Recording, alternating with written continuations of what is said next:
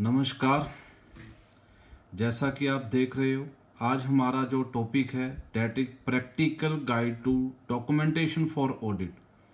तो मोस्टली हम असेसी के पॉइंट ऑफ व्यू से बात करते हैं, लेकिन आज हम बात करेंगे एक ऑडिटर के पॉइंट ऑफ व्यू से। ऑडिटर्स उस स्मॉल फर्म सीए फर्म के ऑडिटर्स जो बेसिकली अपने वर्किंग पेपर पर काफ़ी कम ध्यान देते हैं।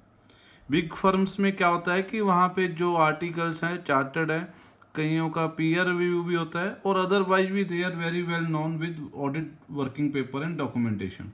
बट स्मॉल फर्म में क्या होता है कि हम ऑडिट कर लेते हैं और कई बार कुछ सोल प्रोप्राइटरशिप में ऐसा होता है कि एक सीए ही सारा काम कर रहा होता है, लेकिन उसके पास वर्किंग पेपर उसके नहीं होते। तो जैसा कि हम देख रहे हैं कि जो ऑडिट वर्किंग पेपर है उसकी इंस्पेक्शन से ही हमें ये पता लग सकता है कि एक अकाउंटेंट ने कितनी स्किल से काम किया है, क्योंकि आफ्टर ऑडिट ऐसा कोई और टूल नहीं है कि हम बता सकें कि ऑडिटर ने कितनी एफिशिएंटली काम किया है। तो ऑडिट वर्किंग पेपर दो तरीके से जरूरी माना गया है। जैसे कि हम बात कर लेते हैं तो एक तो ऑडिट रिपोर्ट ड्राफ्ट करने में हमारी हेल्प करता है, दूसरा यदि इन फ्यूचर में कोई नेग्लिजेंस का क्लेम आता है तो इसको हम एज ए एविडेंस यूज कर सकते हैं। तो ऑडिट में हमारा बीइंग ए चार्टर्ड अकाउंटेंट क्या रहता है कि हम हाई लेवल ऑफ एश्योरेंस देते हैं। तो हाई लेवल ऑफ एश्योरेंस जो हमने सैंपल टेस्ट किया है या अदरवाइज हमने ऑडिट किया है, that support by our documents. तो डॉक्यूमेंटेशन में क्या रहता है, जो ओरिजिनल फॉर्म में हो सकता है, कोई ऑफिशियल फॉर्म या कोई लीगल फॉर्म में, या कोई फोटोकॉपी भी हो सकता है। तो इस तरह से हमें ड्यूरिंग ऑडिट हमारे डॉक्यूमेंट्स को कलेक्ट करना होता है।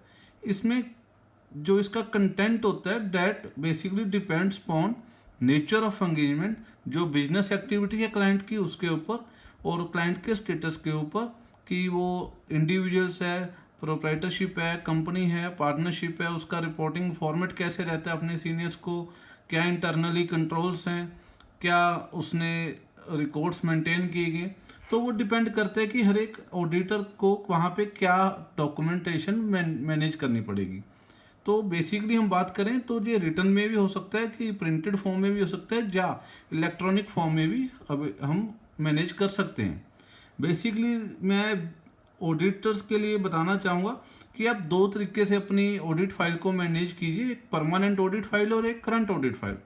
परमानेंट ऑडिट फाइल में ऐसे डॉक्यूमेंट्स लगेंगे यदि आप रैकरिंग ऑडिट कर रहे हो, हर साल ऑडिट कर रहे हो, हर मंथ उसका ऑडिट कर रहे हो, तो कुछ डॉक्यूमेंट्स ऐसे होते हैं जो हमें हर बार चाहिए होते हैं, जैसे कि इनकॉर्पोरेशन सर्टिफिकेट, बैंकर्स की डिटेल्स, मेजर पॉलिसीज क्या हैं, या कोई गवर्निंग बॉडी की लिस्ट चाहिए, या हमें ऑडिटेड फाइनेंशियल स्टेटमेंट चाहिए पीछे वाली, पिछले साल की, लास्ट ईयर की, सिस्टर कंसर्न्स की डिटेल चाहिए। तो ये चीज़ें बार बार क्लाइंट को मांग के हरास नहीं करना हमने। तो इसके लिए एक परमानेंट ऑडिट फाइल बना दीजिए कि जब भी ऑडिट करने जाओ तो वो आप डॉक्यूमेंट साथ में ले जा सको। और एक current audit file, current audit file में क्या रहता है कि जिस पीरियड के लिए इसको बनाया गया है सिर्फ उसी पीरियड के ही इसमें डॉक्यूमेंट्स मैनेज किए जाते हैं। मान लीजिए आप अप्रैल मई जून मंथ की ऑडिट करने जा रहे हो तो उसमें अप्रैल मई जून के डॉक्यूमेंट्स लगेंगे। जब आप नेक्स्ट क्वार्टर में जाओगे तो नेक्स्ट क्वार्टर की नई फाइल बनेगी। तो दो तरीके से आप अपनी इस ऑडिट फाइल को मैनेज कीजिए। तो एज ए सीए पॉसिबल नहीं हो पाता कि हम सारा काम खुद मैनेज करें, तो इसके लिए कुछ ऐसे काम रहते हैं, इसमें ऐसे स्टेप्स रहते हैं कि आप अपने स्टाफ को गाइड कर दीजिए। जैसे कि वर्किंग पेपर को फाइलिंग करना, उसको संभाल कर रखना, उसकी चेकलिस्ट जो हम आपको आफ्टर वीडियो डेमो भी शो करेंगे, उस तरह की कुछ चेकलिस्ट है, उससे टिक मार्क करना, डॉक्यूमेंट्स की इंडेक्सिंग करना, समराइजिंग बनाना, समराइज बनाना कि जो आपको फाइंडिंग्स हुई हैं या फाइंडिंग्स नहीं भी हुई जो रिपोर्ट में ओके आप कर रहे हो, तो इस तरह से उसको कंक्लूड करना। मतलब कुछ काम ऐसे बाइफरकेट कर सकते हो अपने स्टाफ को according to your staff ability. आप उसको कुछ हायर क्वालिटी का मीन्स यदि आप कुछ हायर रिस्पॉन्सिबिलिटी का काम भी देना चाहते हो तो दे सकते हो। तो एज एन ऑडिटर हमारे पास क्या एक, यदि हम टिप्स की बात करें तो जो आपकी वर्किंग पेपर बने वो क्लियर होने चाहिए और अंडरस्टैंडेबल होने चाहिए, ताकि यदि कोई और ऑडिटर भी उसको डिस्कस करे या उसको स्टडी करे तो वो सेम फॉर्म में उसको अंडरस्टैंड करे। वो कंप्लीट होने चाहिए, ये ना हो इनकम्प्लीट डॉक्यूमेंट्स हो, उसमें एक लॉजिकल अरेंजमेंट हो, लेजिबल मैनर से बने हो। सबसे बड़ी बात सर सेफ्टी, आप उस डॉक्यूमेंट्स को इस तरह से कस्टडी में रखिए ताकि उसकी सीक्रेसी या उसमें किसी भी तरह का लॉस ना हो पाए। क्योंकि कई बार ऐसा होता है कि क्लाइंट्स के पास डॉक्यूमेंट्स जैसे कि परमानेंट फाइल में आपने लगाए या करंट फाइल में वो वहाँ पे नहीं मिल रहे, तो वो ऑडिटर से भी क्लेम कर लेता है कई बार कि सर आप प्लीज़ हमें प्रोवाइड करवा दीजिए। तो ऐसा ना हो कि तब आपको दिक्कत है।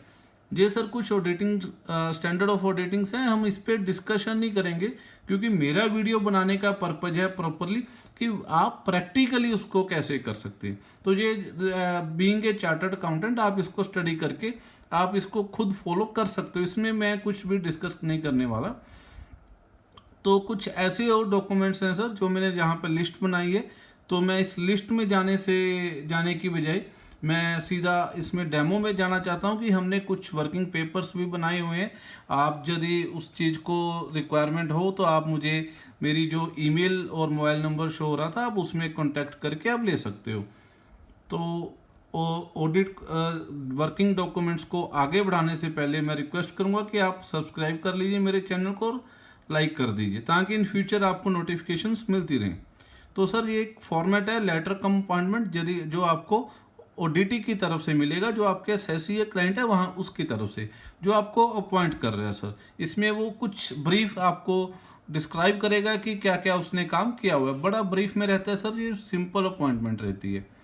उसके बाद सर हम बात करते हैं जो आपके लिए रहता है that is tax audit engagement letter. इसमें क्या रहता है sir, being a chartered accountant आप उनसे मांग लेते हो कि हमें क्या क्या चीज़ें चाहिए होंगी। जैसे कि सर आपको कस्टडी में वहाँ पर कुछ डॉक्यूमेंट्स चाहिए होंगे, कोई सॉफ्टवेयर का एक्सेस चाहिए होगा जिसमें आपको किस पर्सन से कॉन्टैक्ट करना है। तो इस तरह की आप चीज़ों को डिमांड भी कर सकते हो, प्लस आप वहाँ पे जो आपको अपॉइंटमेंट मिला आप उसको एक्नॉलेज कर रहे हो, एक्सेप्ट कर रहे हो। सर ये मैनेजमेंट रिप्रेजेंटेशन लेटर है जो हमने तैयार किया है, इसमें बेसिक चीज़ें हैं। ये नहीं पॉसिबल सर कि आप मान लीजिए आप ऑडिट ही ना करो, जो आपको चीज़ें चेक करनी है और आप बोलो कि सर हमने एमआरएल में ले लिया और अब हमारी लायबिलिटी कम है। नहीं, एज ए सीए हमारी लायबिलिटी कभी कम नहीं होती। तो this is the basic profile information of auditee. इसमें अब ऑडिटी का नाम, financial year of audit, period, उसका क्या कॉन्स्टिट्यूशन है, या इसके बाद हम बात करें कि ड्यूरिंग द ईयर चेंज हुआ है, या नेचर ऑफ ऑडिट क्या है, प्लेस ऑफ बिजनेस उसके कहाँ पे, या जो ऑडिट हम कर रहे हैं वो कितना टाइम, उसमें हम स्पेसिफिक कोई लिमिट है यूनिट्स की, इनकॉर्पोरेशन नंबर या उसका सिन नंबर या पैन नंबर, बैंक नंबर, इस तरह के कॉन्टैक्ट पर्सन की डिटेल जो कि हमारे लिए बहुत ही ज़रूरी है। तो इस तरह से सर चीज़ें आप बेसिकली जो प्रोफाइल आप एक बना सकते हो।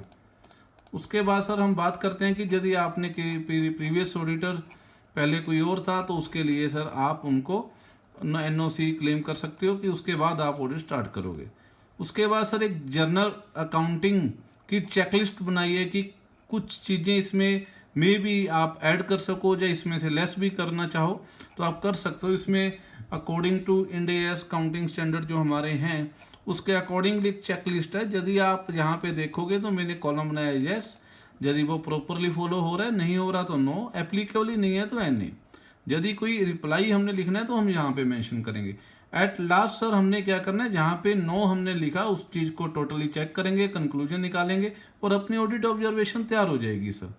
इस तरह से डॉक्यूमेंट की चेकलिस्ट है सर। आपने अपने स्टाफ को देना हो तो दे सकते हो ये काम कि ये डॉक्यूमेंट्स क्या उसकी फाइल में लगे हैं या नहीं लगे या उसके ऊपर एप्लीकेबल नहीं है, तो ये काम वो इजीली मैनेज कर सकते हैं। चेकलिस्ट बनी होगी तो ईजी हो जाएगा।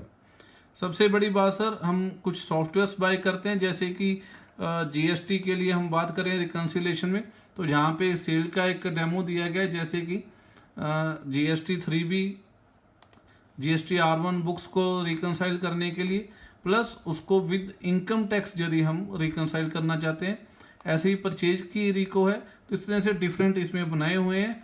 आप मुझे मेल कर सकते हो अपनी ईमेल आईडी या व्हाट्सएप कर सकते हो अपनी ईमेल आईडी, तो मैं वो आपको फॉरवर्ड कर दूंगा। और इसकी जो आपको एडिटेबल मोड चाहिए तो उसके लिए आपको मेरे से अप्रूवल लेके सर आप इसको ले सकते हो, कर सकते हो, कोई प्रॉब्लम नहीं है, वो भी आपको लिए इजीली अवेलेबल रहेगी। उसके बाद सर बैंक्स का यदि आपको चाहिए कोई आपको वहाँ से कोई कंफर्मेशन लेनी है तो इस तरीके से आप ये बैंकिंग के लिए बना है, आप यूज कर सकते हो। कैश काउंट आपने किया है तो कैश काउंट के लिए सर डिनोमिनेशन, वैसे तो 31 मार्च को लॉकडाउन था, कहीं भी पॉसिबल नहीं था, लेकिन in next year future year में आप यूज कर सकते हो। तो उस वजह से मैंने ये आपको बेसिक फॉर्मेट्स दिए हैं सर, जो आप फॉलो कर सकते हो। और 80% जहाँ मैं एक डाटा भी नहीं लूँ, most of the CA firms में वो चीज़ें हम यूज नहीं करते। तो फिजिकल इन्वेंट्री ऑब्जर्वेशन में क्या रहता है सर, आपको कौन कौन से मटेरियल मिले, raw material, finish goods, work in progress, या कोई अदर, या कुछ ऐसा मटेरियल जो प्लांट में है लेकिन उसकी बिलिंग नहीं हुई, या प्लांट से चला गया उसका भी बिल जो है नहीं बना, या एडवांस में बन गया। तो इस तरीके से आप सर उसको 100% ऑब्जर्व कर सकते हो। और लास्ट में यदि मैं बात करूंगा सर, एक एक्सपेंस वाउचिंग का मैं आपको फॉर्मेट दिखाना चाहता हूँ काफ़ी फॉर्मेट्स में। जैसे कि ये रेंट रेट का मैंने बनाया है सर, आपने किसको पे किया है, वो बिल्डिंग कहाँ लोकेशन है, कहाँ पे यूज हो रही है, क्या उसका पर मंथ है, कितने मंथ यूज किए, एज पर एग्रीमेंट उसमें कितना रेंट था, और वो टैलिड है या हमने ज़्यादा दे दिया क्रॉस, हो आप उसको वेरीफाई करके उसको फाइनल कर सकते हो। सबसे बड़ी बात सर, आप जब भी काम करो, बीइंग ऑडिटर सर, किसने वो बनाया, किसने रिव्यू किया, ये चीज़ अवश्य लिखिए यहाँ पे क्लाइंट का नेम, ताकि वो जो रिस्पॉन्सिबिलिटी है वो आपने किसको हैंडेड ओवर की आफ्टर ऑडिट आपको चेक करना आसान हो जाए। ऐसे ही सर कुछ एक्सपेंसेस की मैंने ये लिस्ट बनाई है, चेकलिस्ट, आप इस चीज़ को भी फॉलो कर सकते हो, तो आपके लिए काफ़ी हेल्पफुल रहेगी। तो यदि मैं बात करूं सर, इसमें जो मैंने एक कुछ लिखे हैं, जैसे कि क्या क्या आप कर सकते हो, document needed for conduct of audit, तो काफ़ी सर मैंने कवर किए हैं कि आपको फॉर्मेट बना के दे दूं।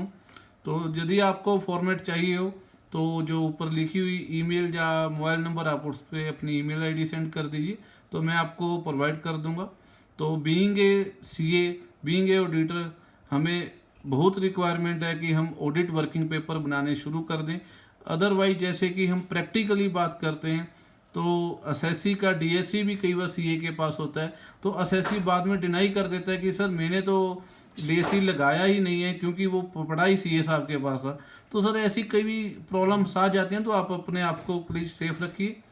तो आपको यदि ये फॉर्मेट्स चाहिए हो तो आप मुझे ईमेल अपनी आईडी सेंड कर दीजिए, और उससे पहले मैं उम्मीद करूँगा कि आप मेरा चैनल जरूर सब्सक्राइब कर दोगे। Thank you.